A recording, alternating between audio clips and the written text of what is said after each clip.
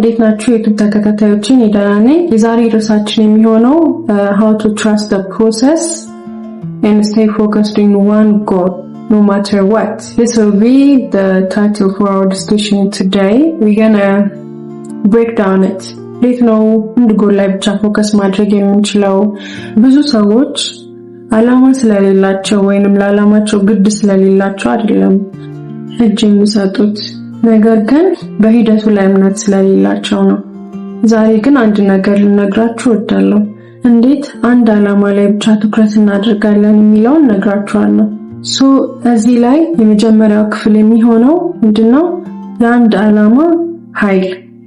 ሁለተኛው ክፍል የሚሆነው ሂደትን ማመን የእውነት ምን ማለት ነው የሚለውን እናወራለን። በሶስተኛው ክፍል ደግሞ እንዴት ነው ትኩረት ማድረግ የምንችለው የሚለውን እንነጋገርበታለን። በአራተኛው ክፍል ደግሞ ስለ አእምሯችን ብቃት እንነጋገራለን። ጨረሻ ወይንም በአምስተኛው ክፍል ላይ የምንነጋገረው አንድ አላማ ላይ ፎከስ ለማድረግ የሚያስፈልጉትን አመለካከቶችን እንነጋገራለን። ወደ መጀመሪያው ክፍል ስንሄድ የአንድ አላማን ኃይል ነው የምነግራችሁ። እውነታው ይሄ ነው። ብዙ አላማ የምታሳድዱ ወይንም የምትከተሉ ሰዎች ከሆናችሁ ምንም አይነት አላማ ካች ማድረግ አትችሉም። መጨረሻ ላይ ካች የምታረጉት ምንም አይነት ጎል አይኖራችሁ ማለት ነው። ምክንያቱም እናንተ ብዙ አላማ ነው ያላችሁ፣ አቅጣጫችሁ የት እንደሆነ አታውቁም። ስለዚህ መጨረሻ ላይ ምንም አይነት ነገር ካች ማድረግ አትችሉም። ነገር ግን አንድ እይታ ሲኖራችሁ ያ እይታችሁ አቅጣጫ ይሰጣችኋል። አንድ ተልእኮ ሲኖራችሁ ደግሞ እናንተ ምን አይነት ጥቅም እንዳላችሁ እንድትረዱ ያደርጋችኋል። ስለዚህ አንድ አላማ መያዝ የእናንተን አቅም ወይንም የእናንተን ኃይል አይገድበውም። እንዲያውም እናንተን ኢምፓወር ነው የሚያደርጋችሁ። ሁሉም ነገር ነው እዚህ በሚሆንበት ጊዜ እናንተ አላማ ወይንም ያ አንድ ፎከስ ያደረጋችሁበት አላማ ኮምፓስ ሆናችሁ ወይንም የአቅጣጫ ጠቋሚ ነው የሚሆናችሁ። እስኪ ራሳችሁን ጠይቁት። ምንድነው ከልባችሁ በጣም የምትፈልጉት ነገር? ብዙ ነገር ሳክሪፋይስ ልታደርጉለት ፍቃደኛ የሆናችሁ ይጓችሁን ዝቅ ልታደርጉለት የምትፈልጉለት ነገር ምንድነው? ያን ነገር ቀድማችሁ ማወቅ አለባችሁ። ራሳችሁን መጠየቅ አለባችሁ። እና አላማ የምታውቁበትን ቲፖች ልንገራችሁ። የመጀመሪያው የእናንተን አላማ ኖትቡካችሁ ላይ ወይንም ማስታወሻችሁ ላይ መጻፍ። ሁለተኛው ደግሞ ጠዋት ተነስታችሁ ወክ ማድረግ። ፀሐይ ራይዝ በምታረግበት ጊዜ በጠዋት ተነስታችሁ ወክ በማድረግ ከራሳችሁ ጋር ጊዜ ብታሳልፉ ምን አይነት ነገር ውስጣችሁ እንደሚፈልግ ልትረዱ ትችላላችሁ። ሁለተኛው ክፍል ደግሞ trust the process ማለት ያምር ምን ማለት ነው? አስተውላችሁ ከሆነ ከኔም ጀምሮ ነው። ብዙ ሰዎች ፈጣን የሆነ ምላሽ ይፈልጋሉ። በሚሰሩት ስራ ሊሆን ይችላል፣ በሚያደርጉት ነገር ቶሎ የሆነ ነገር እንዲከፍላችሁ ይፈልጋሉ። ነገር ግን የምታዩት ሁሉም ስኬቶች የሚገኙት አንድ ሰው በተደጋጋሚ ማንም ሰው ባላየው ጊዜ ደጋግሞ በሰራቸው ያደረጋቸው ነገሮች ነው። ሂደቱን ማመን ማለት ምንም ነገር ኢቭን ባይከፍላችሁ እንኳን የሆነ ጊዜ ፔይ ኦፍ እንደሚያደርግላችሁ ስታምኑ ነው። you have trusted the process ወይንም ሂደቱን አምናችኋል የሚባለው። ቀላል ምሳሌ ልንገራችሁ። ሁላችንም ተማሪዎች ነበርን አይደለ? ያኔ ተማሪ ያለን ግን ሁሌ ተማሪ እንደሆነ ቀራለን ብለን አልነበረም የምናምነው። እንማር፣ ፈተና ስንፈተን፣ ብቻ የሆነ ቻሌንጅ ስናሳልፍ የነበረው የሆነ ጊዜ ፔይ ኦፍ ያደርግልናል ብለን በማሰብ ነው አይደለ? ስለዚህ ልክ እንደዛው እኛ ተማሪ በነበርን ጊዜ ከፍሎን አይደለ? ነገር ግን የሆነ ጊዜ ላይ ይሄ ነገር አመርቂ ነገር እንደሚያመጣ የሚታይ ነገር፣ የሚስተዋል ነገር፣ ተጨባጭ የሆነ ነገር እንደሚያስከትል ስለምናምን ነው አይደለ ትምህርት የምንማረው። እኛ ብቻ ሳንሆን ቤተሰቦቻችንም ያን ነገር ስለሚያምኑበት አይደለ የተማርነው።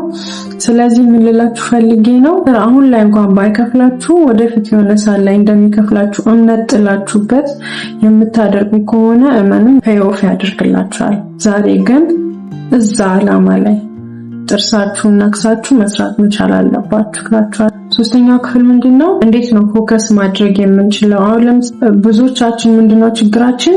ስንነሳ አንድ አላማ ይኖረናል። በዛ አላማ ላይ ጸሎት እናደርጋለን፣ እንደዚህ ማድረግ እፈልጋለሁ ብለን ዲቴል እናስባለን። ስለዛ ነገር ዝርዝር ሐሳቦችን ዋና ሐሳቦችን ዲቴል እናወጣለን አይደለ? ኢቨን ጸሎት እንጸልያለን፣ ከጌታ ጋር እናወራለን። እንደዚህ ቢሆንልኝ፣ እንደዚህ ቢደረግልኝ፣ እንደዚህ ብታግዘኝ እንለዋለን። ነገር ግን at the end of the day ደግሞ የሆነ ሌላ ሐሳብ ይመጣና ሐሳባችንን ሰርቆት እንደዚህ ደግሞ ቢሆንልኝ፣ እንደዚህ ባረቅ፣ እንደዚህ ብለን ሌላ ዝርዝር። ከዛ አሁንም ደግሞ እንደዛው የሆነ ሰዓት ላይ የሆነ ነገር ስናስተውል ይሄ ቢሆንስ ብለን shift ያረግን ብቻ ዘመናችንን እንጨርሳለን። ምንድነው ማድረግ ያለብን? አንድ ዓላማ ብቻ መያዝ እና ያን ነገር ደግሞ እስከ ጥግ ድረስ መሄድ መቻል አለብን። በእርግጥ ትኩረት ማድረግ ስኪል ነው አይደለ? ትሬን ማድረግ ወይንም ራስን ማለማመድ ይቻላል። ፎከስ የማድረግ ችግር ካለብን ራሳችንን ትሬን በማድረግ መቀየር እንችላለን። ለዛም የሚረዱንን አንዳንድ ነገሮች እነግራችኋለሁ። የመጀመሪያው ዴይሊ ሪማይንደር ቢኖረን አሪፍ ነው። ለምሳሌ ጧት ተነስተን ያንን ያቀድነውን ዋናውን ዓላማችንን መጻፍ፣ ማስታወሻ ላይ መጻፍ። ያ ነገር ምን ያደርገናል? እዛች ዓላማ ላይ ብቻ ፎከስ እንድናደርግ ይረዳናል ማለት ነው። ሁለተኛው ደግሞ የሚረዳን ከት ዲስትራክሽን፣ እኛን ዲስትራክት የሚያደርገንን ከሀሳባችን ወደ ሌላ ቦታ ዲስትራክት አድርጎ ሊወስደን የሚሞክረን ነገር ከት ማድረግ ወይንም ማቆም፣ አልፈልግም እምቢ ማለት። በቃ አንድ ስራ እየሰራችሁ ከሆነ እየሰራችሁ ነው፣ አለቀ። ሌላ ነገር አያስፈልግም። ስለዚህ ዲስትራክሽንን ከት ማድረግ አስፈላጊ ነው ብዬ አስባለሁ። ሶስተኛው ደግሞ ኢነርጂያችሁን ፕሮቴክት ማድረግ፣ ከእናንተ ዓላማ ጋር አላይን ሊያደርጉ የማይችሉ ሰዎችን ወይንም ስራዎችን እምቢ ብሎ አልሰራም ማለት። ኢነርጂያችሁን ለዛ ነገር ብቻ ዌስት ማድረግ አስፈላጊ ነው። ፎከስድ መሆን ፐርፌክት መሆን አይደለም፣ ነገር ግን ኮንሲስተንት መሆን። ኢቨን በቀን ውስጥ ለዛ ዓላማ አንድ ስቴፕ እንኳን ብንሄድ አሁንም ፎርዋርድ እየሄድን አይደለ? ስለዚህ ኮንሲስተንት ሆነ ትንሽ ነገር እንኳን ቢሆን በአንድ ቀን የሆነ ነገር ወደ ዓላማችን ሊያስጠጋን የሚችል ነገር ማድረግ መቻል አለብን። አራተኛው ደግሞ የአእምሮ ብቃታችን። አንድ ዓላማን ብቻ ቼዝ ማድረግ ስንጀምር በጣም ብዙ ፈተናዎች ይመጡብናል። ህይወት ትፈትነናለች። ኢቭን ሰዎች ይፈትኑናል። የቅርባችን የምንላቸው ሰዎች ፈተናው ነው ሊመጡብን ይችላል። ሪጀክሽን ሊገጥመን ይችላል። የስራ መዘግየት ሊገጥመን ይችላል። ብቻ ብዙ ነገሮች ሊገጥሙን ይችላሉ። ያ ደግሞ it's a part of our journey። ሜንታል ታፍነስ ማለት ለምን ምንም አይነት ነገር ቢመጣ እናንተን ሼክ ማድረግ እንደማይችል ማወቃችሁ ነው።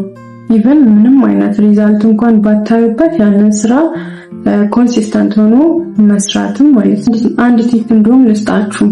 እስኪ ራሳችሁን ጠይቁት።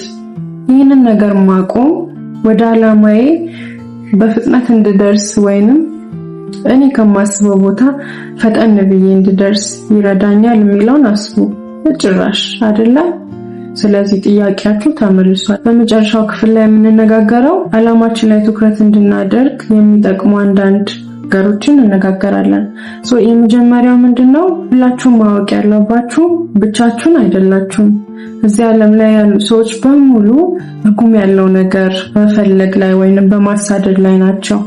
ፎከስ ማድረግ የቻለ ፕሮሰስ ላይ ወይንም ሂደቱ ላይ እምነት ያለው ሰው እና ደግሞ ኮንሲስተንት የሆነ ሰው እዛ ቦታ ላይ በእርግጠኝነት ያ ያቀደው አንድ ዓላማ ላይ ይደርሳል። አንድ ዓላማ ካለው ነው። ግን ይሄ ብዙ ጎል ቼዝ የሚያደርግ ሰው መጨረሻው ምንም ነገር ካልቻለ ማድረግ ነው።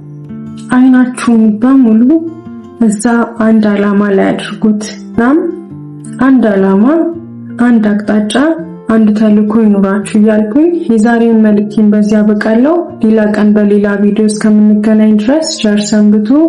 ይህ ቻናል ጠቃሚ ሆኖ ካገኛችሁ ሰብስክራይብ ያደረጋችሁ የቻናሌ ሜምበር ብትሆኑ ደስ ይለኛል። እኔም ይጠቅመኛል። አመሰግናለሁ። ወዳችኋለሁ። ቻው